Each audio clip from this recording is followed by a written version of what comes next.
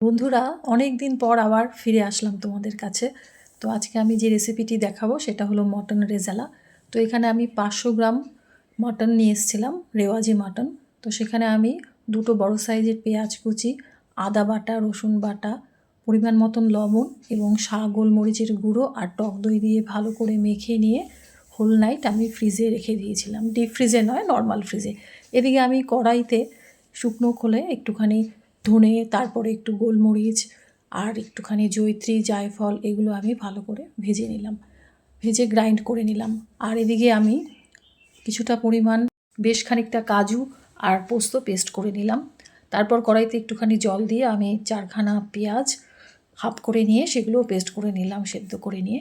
তারপর কড়াইতে আমি একটুখানি ঘি আর তেজপাতা, শুকনো লঙ্কা তার মধ্যে ফোড়ন দিলাম, ঘি গরম করে নিয়ে। তারপর মেখে রাখা মাংসগুলোও আমি দিয়ে দিলাম ওর মধ্যে। এবারে আমি নেড়ে চেড়ে তার মধ্যে দিয়ে দিলাম পেস্ট করা পেঁয়াজ, তারপরে কাজু পোস্ত বাটা, তারপরে একটুখানি গুঁড়ো মশলা দিয়ে দিলাম। গুঁড়ো মশলা দিয়ে নেড়ে চেড়ে আমি 2টো সিটি দিয়ে নিলাম। 2টো সিটি দেওয়ার পরে আমার কিছুটা মাখনা ছিল, সেই মাখনাটা আমি ওর মধ্যে দিয়ে দিলাম। দিয়ে আবার নেড়ে চেড়ে আমি আরও 2টো সিটি দিয়ে দিলাম। তারপরে আমি শেষে ভাজা মশলাটা ছড়িয়ে দিলাম, দিয়ে একটু আতর দিলাম, একটু গোলাপ জল দিলাম। তো আমার রান্না কমপ্লিট বন্ধুরা। এইভাবে করে দেখো, ভীষণ ভালো লাগবে খেতে।